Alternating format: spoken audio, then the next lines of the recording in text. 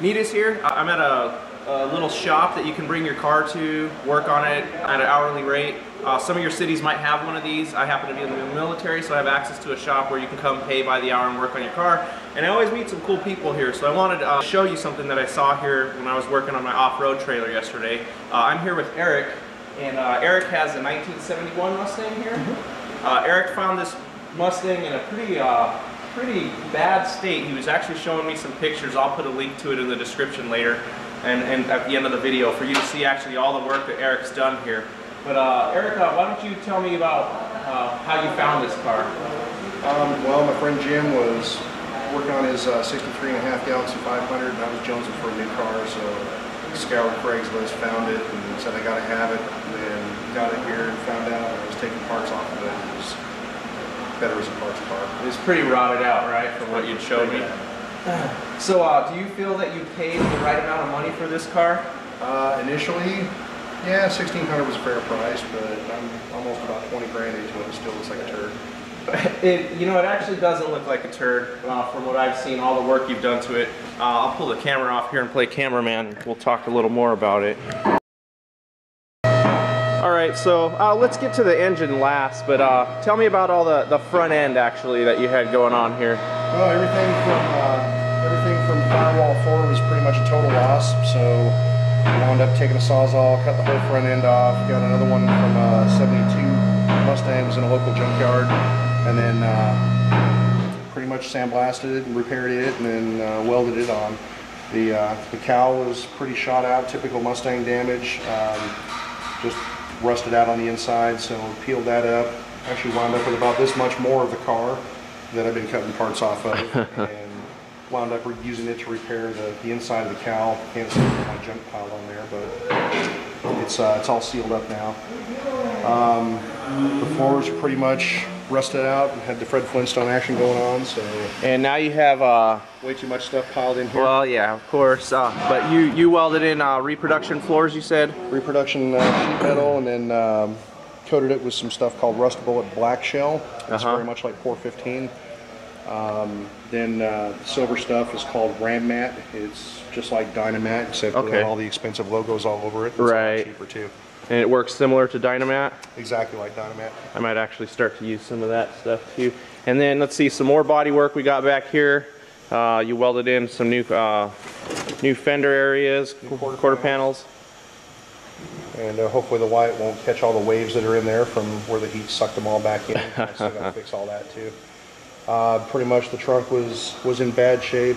When I opened up the trunk, I discovered this was welded between the fender wells, and it was pretty much holding in the gas tank. So that's some Billy Bob shit right there, huh? Yeah, they spared no expense, used a torch to drill holes, and this is probably about a 212 pack job, I think. But, oh, and then you had to weld in a new trunk floor. You took this off the back of another car here? The black taillight panel is actually a reproduction part. Okay. This piece right here was damaged beyond repair, so I wound up getting a piece of the other car. Actually, I wound up with both sides of the car, both corners, and wound up deconstructing this whole thing, and then welding this piece into the car, and then blending it in. So I can actually put some weather stripping in there. It'll keep the water out. Cool. And here's one thing I really liked about the car. There, the Sharpie Mach 1 logo on the back there. So you've done a lot of work. Like I said, I'll put a lot of I'll put a link to your forum and where all the images of how this car started, because you've actually pretty much rebuilt this whole car so far, from what I can tell. Especially after seeing the pictures. I was impressed when I first saw the car, and then you showed me the pictures, and now I'm absolutely flabbergasted. What about the suspension? You want to show me that stuff? You want to get under there? Yeah. Alright, so now we got your car up on the lift. Tell me about the rear end here. What we got is pretty much a standard Mustang suspension system. I went with a 5-leaf spring pack for giving it a little height and a little rigidity. Also added a sway bar. These were the old school Lakewood traction bars that came with the car. I sandblasted them and cleaned them up and repainted them. And then for frame rigidity, I went ahead and welded in these Global West subframe connectors. Okay. They weld from the front rail to the rear rail, so that way it kind of gives you the rigidity of having a full rail car. Right, and then you said you're going to weld in. You have these reproduction rocker panels sitting here on the lift. Yeah, you're as you put can those see, up in there. Got some damage up here. I need to go ahead and repair that. So I'll wind up doing that with what I like to call my expensive rain gutter. Cool. Well, let's get under the car because that's the most beautiful part of the car that I've seen so far. And what we've got under here is, of course, went with the chrome reproduction oil pan. This AOD transmission's out of 89 5-liter. Got a score on that because Buddy wanted to swap out T5 into his 89 5-liter Mustang. Cool. Went with the ceramic coated long tube headers. Got a 2.5-inch stainless exhaust all the way to the back with an X pipe. Looks nice. The headers were more expensive than the exhaust system. That's a pipes system from Summit Racing, and it pretty much showed up as you see it. Put it together. Nice. Clamp it down and everything, and ready to go. No fuss. You had to mess with this transmission cross member just because the exhaust was bumping into it? Right.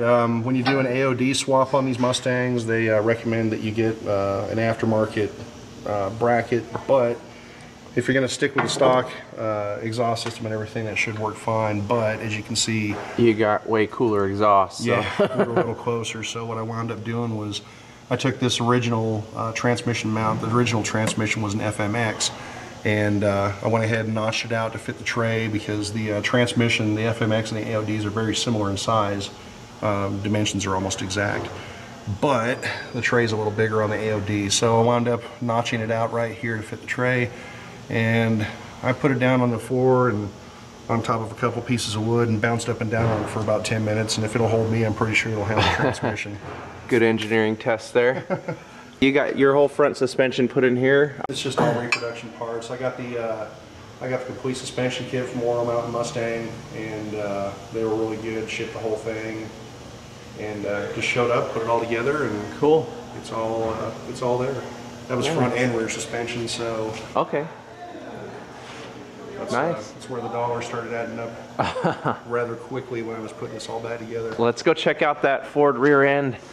So you also showed me some pictures of all this before. Exhausts were different lengths and hanging all over the place, and right. The air shocks that the hillbillies owned it before I did had put on there were pretty much punching through the floor. So I took a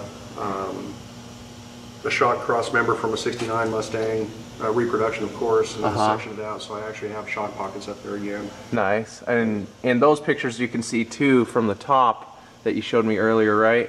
Right. Okay, cool. And then did you rebuild this rear end, or? Rear axle, yeah, it's the original one. It has 3.0 to 1 gears in there, so it's a cruiser.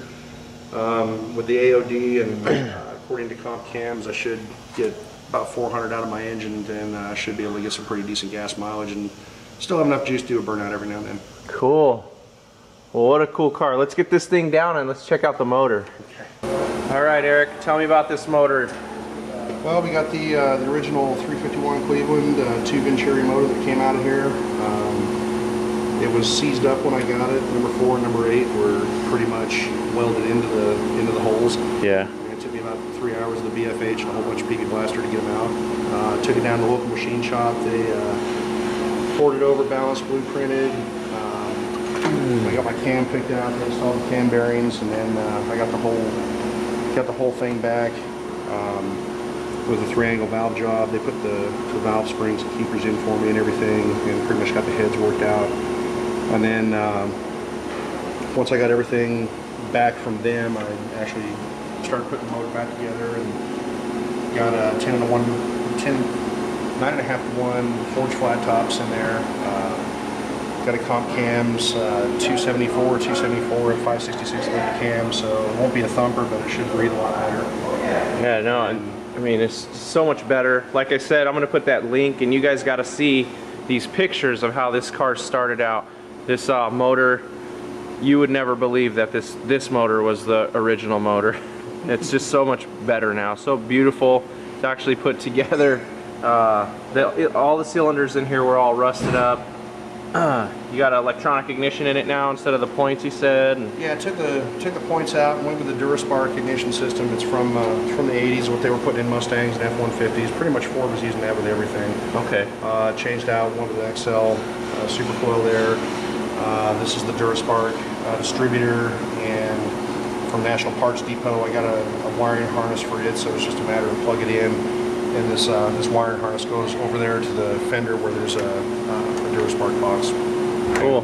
Gets rid of the points, one less moving part literally in your ignition system to worry about. Really awesome. And just to show you what Eric's dream is here, I totally believe he can achieve this after seeing the beginnings of this car.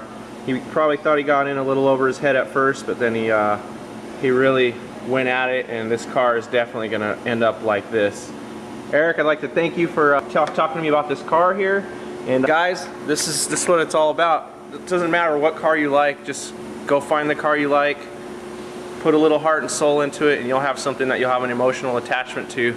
Do your little bit of work and just have fun with your cars. And I assume, Eric, you're going to drive this car once it's done, correct? Every day.